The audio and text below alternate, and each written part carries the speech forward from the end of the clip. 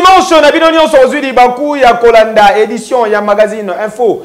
Plus 243, il y a dimanche 15 décembre en mode rétrospective. Mbote Nabino.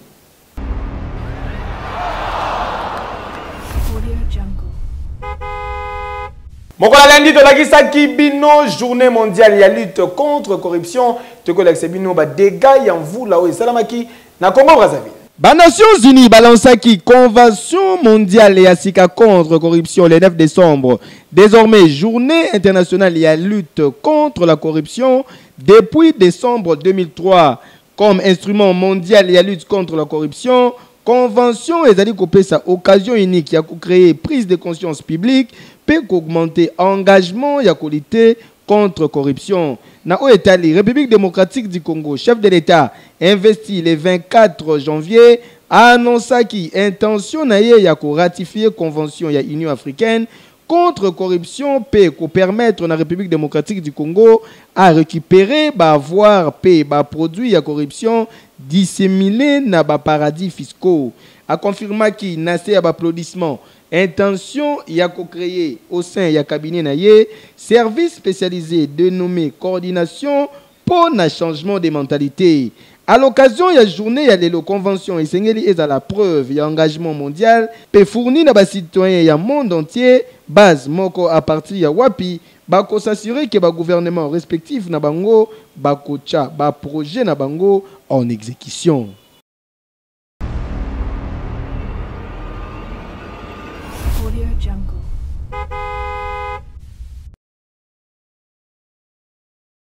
Population et vivaka na quartier Mfilou na 7e arrondissement ya Brazzaville capitale de la République du Congo pe na ba quartier voisin bazali ko vivre makambo ya somo likolo ya bamvula ezali ko noka mikolo oyo soki otali neti awa na quartier oyo babengaka maison en étage érosion et buki bandako ebele et pourtant et bandaki ko poussa na muke na misu ya ba autorité population ebele la kasi bakonzi basala eloko te et pourtant pour na ko stopper yango population ya zone bazali incapable yango bazali ko belela na bakonzi ya mboka.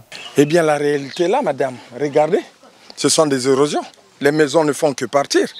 Hein, c'est des maisons qu'on a investies pendant toute une vie. Et voilà, au finish, tel que là, je dis, si là je vais en retraite, et voilà ce que nous sommes en train de subir. Hein, les maisons vont au vu au su de tout le monde. Les autorités nous ont abandonnés. Tout le monde nous a abandonnés. C'est un grand dommage. On ne dort pas. Dès qu'il pleut, dès que le ciel est nuageux, c'est fini. Nous veillons. L'eau rentre dans les maisons, il faut faire sortir les choses, les télévisions, on met sur les tables, mais c'est un désastre. Après la pluie vient du beau temps, mais vraiment dans notre quartier, après la pluie vient le malheur. C'est vraiment le malheur, un calvaire qu'on est en train de vivre ici. Nous sommes négligés à un triste sort. Vous êtes en train de voir, on n'a rien à dire là. Les images parlent. Tokomaki na Mfilou kutu kolobate, maye koma kokote la batuti na bandaku. Et puis Mayango et Memakazelo Nandenge ya kusakana te. C'était environ des 6 heures comme ça de l'eau est entrée. Bon, c'est entré par là, ça a cassé le mur. Et puis c'est sorti par là. Et puis l'autre est entré dans la maison ici là. Donc on est en train de faire sortir des choses là. Je ne suis pas parti à l'école à cause de ça. Nous sommes devenus des malheureux ici, nous sommes abandonnés à nous-mêmes. C'est clair. Hein? Personne n'intervient. Et nous sommes dans les souffrances. Mais nous sommes aussi des Congolais comme tout le monde. Mais alors, personne ne peut venir nous aider. Bon, il y a longtemps que ça a commencé. Il n'y a aucune autorité qui intervient. Donc, alors finalement, donc, on est au Congo, on vit dans un autre pays. L'eau a créé beaucoup de dégâts. Et maintenant, nous voyons tous ces dégâts que nous voyons là. Mais vous voyez là, la maman n'arrive pas à fermer la maison parce qu'il y a l'eau qui est rentrée, la boue et tout le reste. Mais nous demandons seulement l'aide des autorités publiques. Parce que c'est bien beau de venir nous faire des championnats et tout le reste qui se passe ici. Mais quand il y a des problèmes ici, on ne les voit pas. Donc nous, notre problème à nous, c'est ça. Nous, on voudrait que les autorités agissent sur des choses plus importantes. Dans le quartier, il y a un problème, il y a des locaux, la canalisation, il y a malonga, il y a ndenge maye koma kokota na bandaku ebuka bandaku pe ebebisa ba appareil électroménager. nous avons comme impression que nous, ici, à la base, nous sommes négligés. Parce que ces histoires-là ont commencé depuis l'année 2012. Mais vous voyez vous-même, depuis 2012 jusque-là, aucune intervention de l'État. Vous voyez? Donc nous sommes, moi présentement parlant, je suis parmi tous ceux qui ont perdu les maisons ici. Vous voyez, non? Donc depuis là, on ne nous a pas encore dédommagés. Donc ce que j'aimerais demander à l'État, qu'il puisse dédommager tous ceux qui ont été victimes d'ensablement et d'inondations. Et qu'il ne doit pas seulement s'arrêter là. Il doit aussi chercher à mettre des canalisations pour que ceux qui n'ont pas encore perdu leur maison ne soient pas victimes d'ensablement ou d'inondations comme nous l'avons été. Si vraiment tu n'as pas la pelle chez toi, franchement, t'es foutu. Avec cette eau, vraiment, si tu oses vraiment faire ton malin, t'es mort. En tout cas, ceux qui bakondi à Congo Brazzaville, basali et le côté pour un problème ya ba inondation, assablement, pe ba érosion, ba quartier et belé na 7e arrondissement, pe na centre-ville et kuya kubunga pamba. 7 ans yangoyo, bazalaka déjà na ba problème oyo, kasi ata réaction mon côté, et salama de la part ya bakondi. Et anini?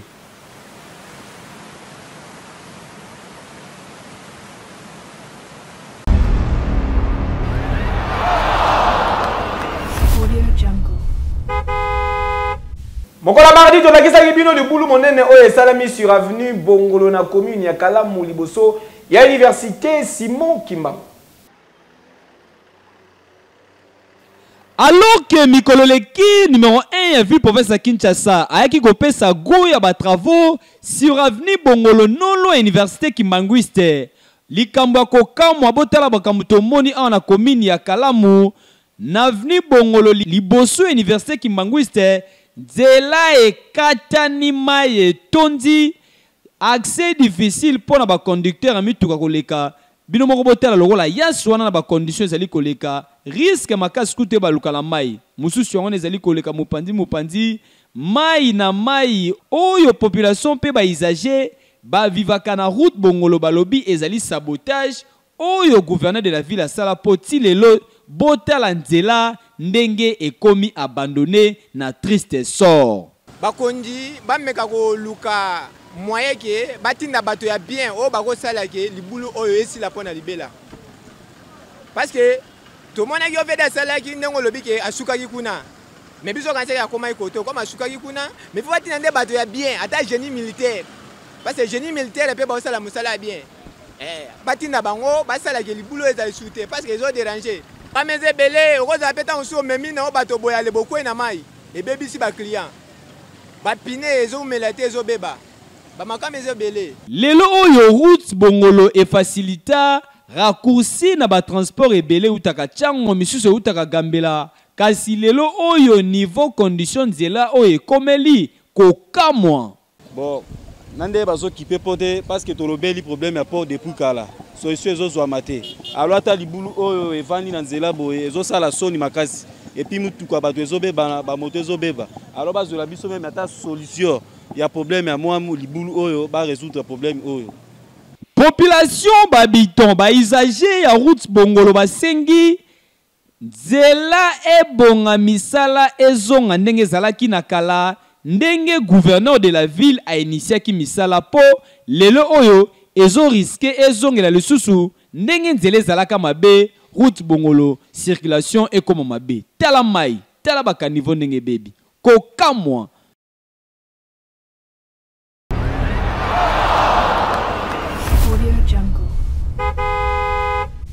Aussi un mercredi, tête à tête entre Adolphe Mouzitou, coordonnateur, il y a la Mouka Peleila Zerougui, représentante spéciale du secrétaire général de l'ONU dans la République démocratique du Congo. Bonjour maman. Bonjour, ça va? Oui, ça va bien, merci. Dans la République démocratique du Congo, la Mouka, principale plateforme et opposition, a échangé qui lobby qui na représentante spéciale du secrétaire général et organisation des Nations Unies dans la République démocratique du Congo, Madame Leila Zerougui sur la violence où ils ont dit que ça la mana est de la République démocratique du Congo. Après la manipulation contre mission des Nations Unies sur place, Adolphe Mouzitou, actuel coordonnateur Yalamouka, accompagné d'une forte délégation, azalaki na ba mot juste au sortir d'entretien oyo balobelaki sur massacre de population na est du pays, plan de sortie de crise ainsi que départ ya MONUSCO. Nous sommes venus voir madame la représentante spéciale du secrétaire général de l'ONU pour lui dire que notre pays, la RDC, est en guerre. Il est sous occupation. Il est balkanisé de facto par les pays voisins à travers les milices qu'ils équipent, financent et qui, chez nous, viennent piller les ressources, tuer nos populations, violer nos femmes, nos sœurs. Voilà le message. Notre population n'a plus confiance. Il y a rupture de confiance entre notre population et la MONUSCO. D'une part, et d'autre part, vis-à-vis des institutions, vis-à-vis de nos troupes sur le terrain. Voilà cette rupture de confiance de la population vis-à-vis de la MONUSCO, vis-à-vis des institutions du pays parce qu'elle est illégitime, vis-à-vis de nos troupes. C'est une chose grave et on ne peut pas gagner la guerre dans ces conditions.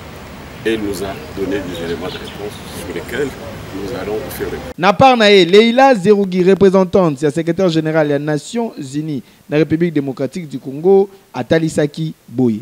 Je reçois avec beaucoup d'intérêt parce que l'opposition est une institution de la République et bien évidemment c'est un partenaire de la MONUSCO comme la majorité, comme le gouvernement. J'ai écouté leurs préoccupations, nous avons échangé, nous avons parlé de la situation à Béni, mais il n'y a pas que Béni, vous le savez, l'Est, c'est pas que Béni, il y a aussi le Petit Nord, il y a aussi le Sud Kivu, et donc on a échangé sur toutes les situations. J'ai expliqué que nous faisons ce que nous pouvons, mais que nous ne pouvons pas tout faire. Nous pouvons réussir si nous travaillons en étroite collaboration avec les autorités, avec les FARDC, avec les partenaires, avec la société civile pour construire la confiance avec la population parce qu'on ne peut pas gagner une guerre si la population n'est pas de notre côté. Donc c'est très important. À moins de 2 mois, il y a renouvellement, il y a mandat, il y a MONUSCO. Adolphe Muzitu a bandi que Soki MONUSCO et cause la chaos total pour bazali ko manipuler la population, ba ko profiter de la situation, même si colère est réelle, paix légitime. Nyonso makambo.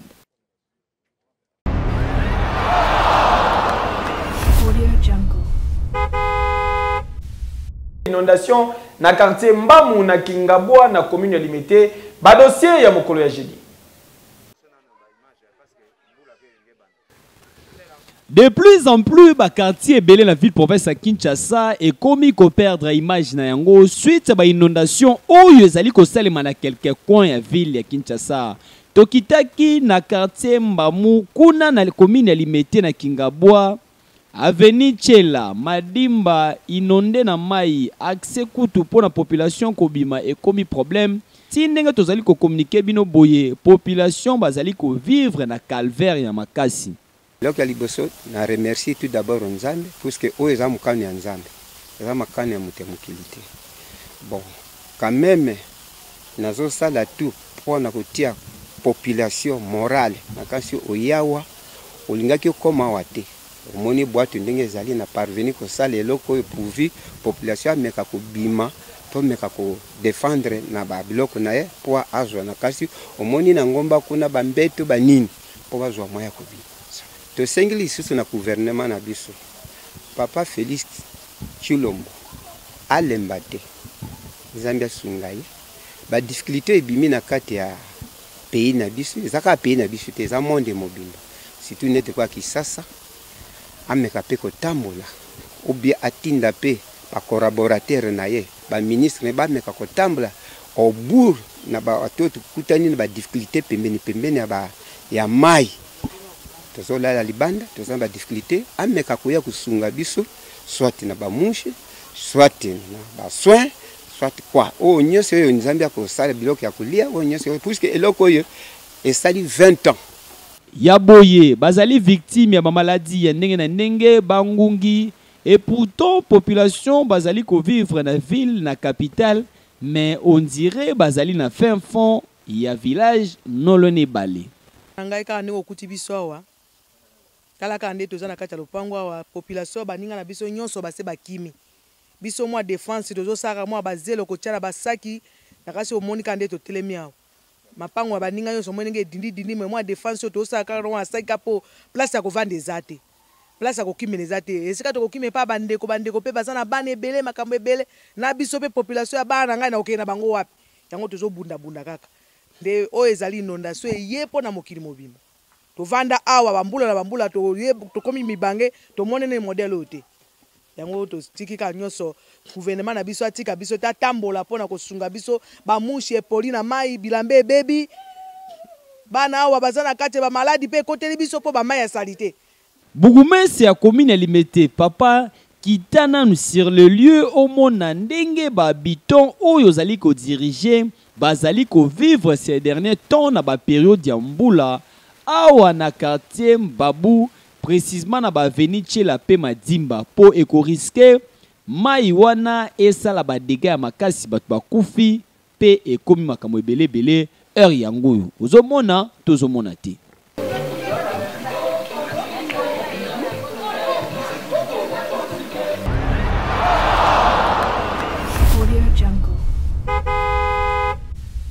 Mokola vendredi de la Gisa Gibino, discours à la nation au chef de l'État. Félix Antoine Tshisekedi Tshilombo a salaki liboso ya des chambres ya parlement réunis en congrès to kolak sabino réaction ya population congolaise après kolanda discours ya Mokonzi Mboka. Pour honorer un engagement sacré. Je voudrais dans le même ordre saluer la mémoire de nos compatriotes qui ont succombé à la suite des barbaries sans nom et injustes dues à des conflits armés de la part de groupes terroristes et des forces négatives. Mokolo ya lelo vendredi 13 décembre 2019 Mokonzi Mboka Félix Antoine Tshisekedi Tshilombo s'adressaki na nation liboso ya des chambres ya parlement réunis en congrès et sika wapi asengaki na bango ba veiller de la manière ya ko garantir indépendance véritable ya pouvoir judiciaire pour na chef de l'État nyonso oyo ekoleka impérativement par amélioration ya ba conditions de vie pe musala ya ba magistrat pour na mettre yango à l'abri ya ba diverses sollicitations. Félix Tshisekedi a rappelé également que lutte contre corruption pe détournement ya ba deniers publics et tikali priorité des priorités ya action na ye na oyo tali question ya loi des finances pour l'exercice 2020 dont budget est allé évaluer na près de 10 milliards de dollars américains. Chef de l'État azali d'accord te na batu oyo bazali kokanisa ke budget oyo ezali irréalisable car pour na Grand Congo il faut ambition ya minene dou ezate na budget ya 4 milliards nde tokokokisa ko enrayer ba paradoxe nyonso oyo a évoqué na oyo etali secteur ya ba infrastructure. Chef de l'État Félix Antoine Tshisekedi Tshilombo asali appel na gouvernement ba décaisser régulièrement ba finance pour na ba travaux. Kasi Mokonzi Mboka atalisi que a kondimate spectacle désolant ya ba chantier inachevé pendant tango moulaï car azali na bilan ya ko présenter liboso ya peuple congolais.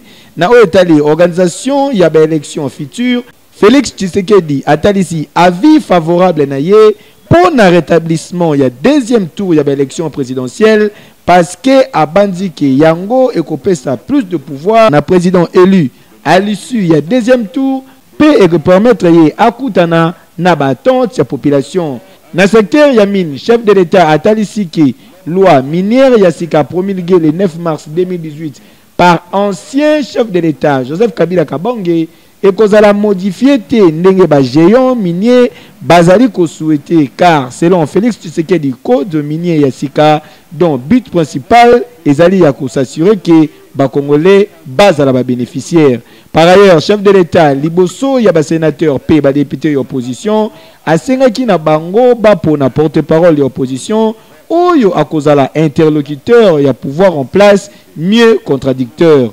Au cours ya adresse naie à la nation chef de l'État Félix Antoine Tshisekedi Tshilombo azangisaki malobate par rapport à grande opportunité où il peut s'améliorer mokolo ya lelo conformément à l'article 77 de la Constitution de la République démocratique du Congo.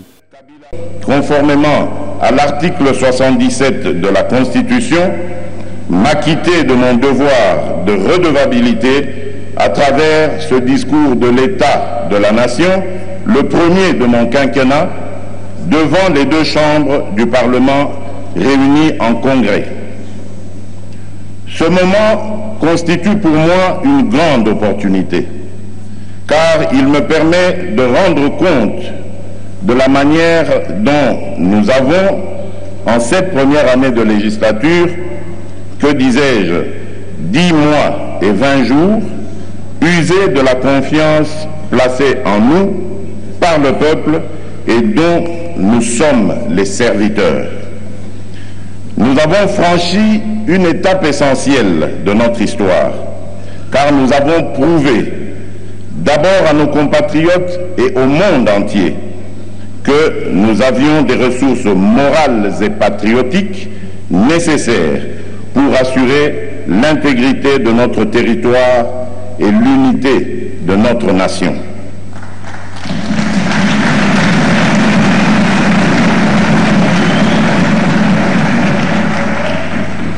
J'exhorte donc les uns et les autres, les leaders politiques en particulier, à protéger cet acquis historique. Le Congo, notre héritage commun, doit devenir, grâce à l'apport de tous, un havre de paix et de prospérité, une nation puissante et modèle au cœur de l'Afrique, avec comme vocation de contribuer à l'éclosion d'une humanité éco-responsable. Avec une volonté politique affirmée et le changement de mentalité qui lui est nécessaire, nous avons l'opportunité de renverser le rapport à la pauvreté dans laquelle notre peuple a longtemps croupi. Ah oui, Boende Zalaka. Yo!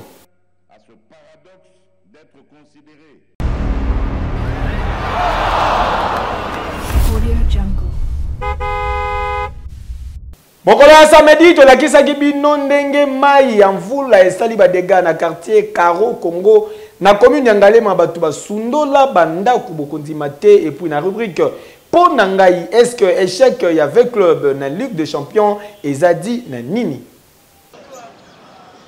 Et sali déjà 2 semaines durant au quartier Karo Congo na commune ya Ngalema edinda na mai ya mvula kokamwa.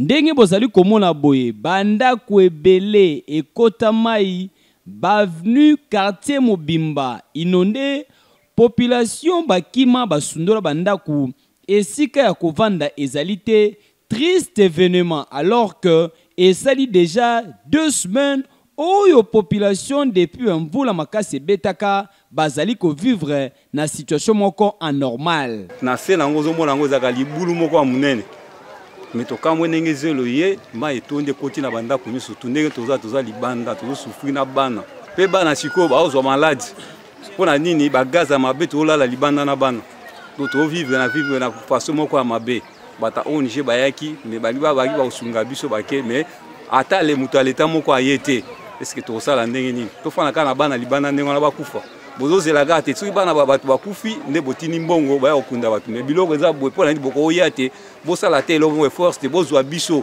to tozindi quartier Mobimba baluka te esika moko bo bapesa biso to fana na tana soki mai esili tozonga to bongisa bandako na biso soki oninde tango bato yeba nde toza na moyen te.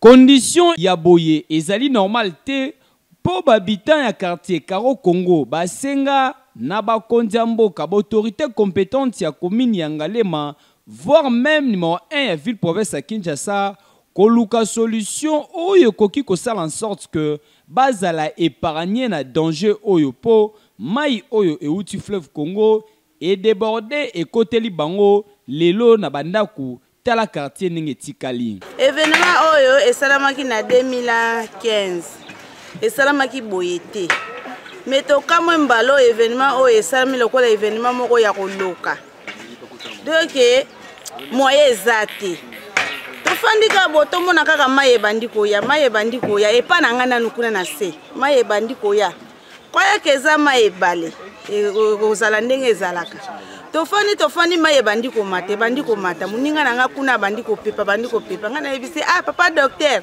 namoni ma yo ndenge ezoyela eza ma ya kopepa te eza ma imoko donc toyebela kaka soko ovandi awa moye eza te nde docteur mutu aliboso akimaka kuna biso totikali kosupporte mpo toza na place ya kokende te mobali nanga asalaka te ngai moko nalukaka ndenge wana donc docteur ekokima tiki biso kuna totikali kuna moye eza te moye eza kaka te nga nalobi tokima mpenza awa moye eza te nde tokimaki toyaki epa mama Nzuzi awa tozofanda awa tofandi tosutuka bolenzi mbula ebeti makasi papa mbula ebeti makasi tomona boye maye bandi kotyole bandi kokotela bato na bandako ndenge ozomona quartier mobimba oyo ozomona quartier oyo mutu moko abimisi biloko aza te donc mai nyonso ekoti na bandako na biloko soki tokei kuna na se yo moko olobake oyo ebale te ezali quartier babiton ya coin oyo lelo bazali kosouffrir makasi babayeur voire même balocateur bayebi te na bapériode oyo ya bafete bakofete ndenge nini na bafamille na bango botala ndenge tozali kovivre on dirait tsunami nde esalemaki awa yango tozosenga epai leta na bamikonzi bayokela biso mawa talaka biloko nyonso to eza libanda quartier moba bato bakimi bamosusu kuti tozolalaka bango kutu libanda mpona nini esika kokende eza te tozosenga epai baleta so bayokaka ke kote kuna bato bakufi to 1000 personnes bango bayembango bekokuna mais sikoyo tozosenga nde lisungi basunga balukela biso ata moye kaka toluka ata bandako ya kofutela bagaranti eza te balukela biso ata bagaranti tolongola bana pa banyoka na bangando kumi kobima na kati ya bamayi oyo ya mike na bakati ya balupango na biso tozosenga bima pardon pa leta na bamikonzi balukela biso mawa baluka biso mebi ta moke kaka toluka ata bandako tokende koluka te esika mosusu tofandisa bana yango kakelonga na zosenga pa bamikonzi. J'espère ba image oyo ba konzi ya mboka bayoki pe bamoni souci majeur oyo population ya quartier Karo Congo bazali na posa que solution ezoma na urgence nyonso poko vivre boye na bamvula oyo ezali ko s'annoncer ezali anormal. Passe makasi.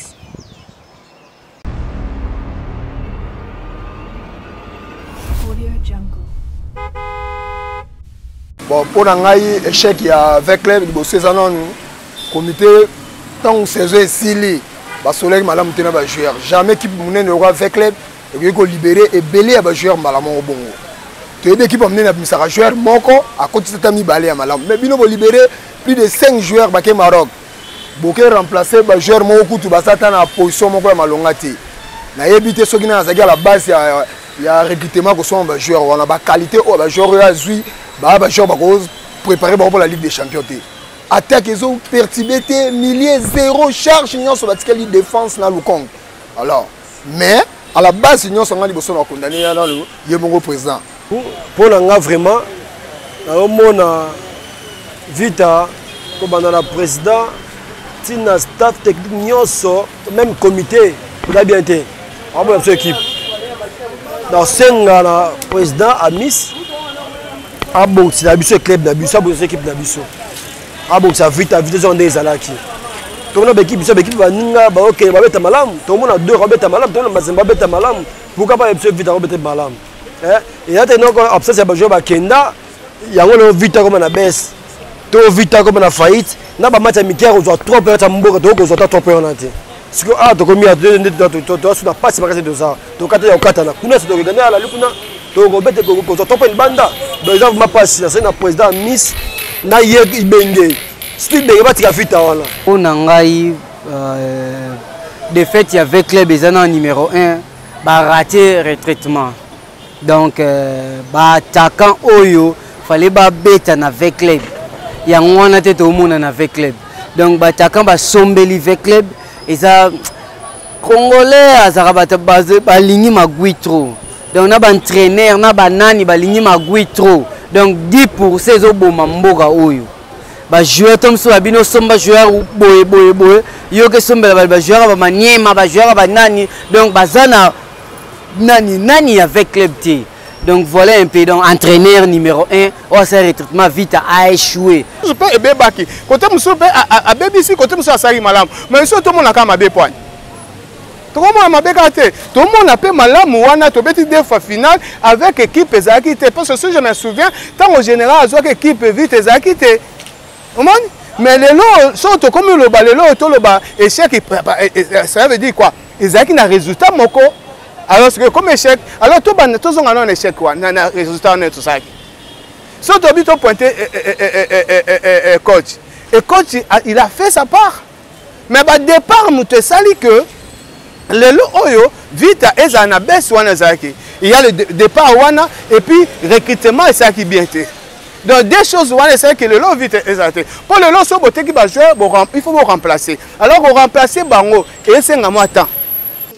Pour Nangaï, na mukuse pona yeso vérité base ya échec ya vita eza yemoko yeme général puisque aligné une équipe T aligné onerté et puis bible bina Jean 10 les voleurs reviennent pour dérober égorger et détruire vous comprenez donc que ce qui aligné équipe ce qui aligné oner mais vita za mais ndere vita za na maboko ne mais vita za ta na bakupa ta 6 ata 7 tota président Moïse Katumbi nous avons félicité le président Moïse Katumbi. Alingi équipe, alingi honneur, alingi paix. Oui, témoignage na vie à Moutou. Ndé Sara Moutou Sara. Général Bisso avec témoigner na nini. Pour Nangaï, avec club Moutou, azo mimango mabe eza général. Parce que au moni banda azo avec club jusqu'à présent. Tozuna nous et l'autre côté. Oh il y a le bagame stabilité na vita mais azape mtaliboso te azaki na stabilité na vita.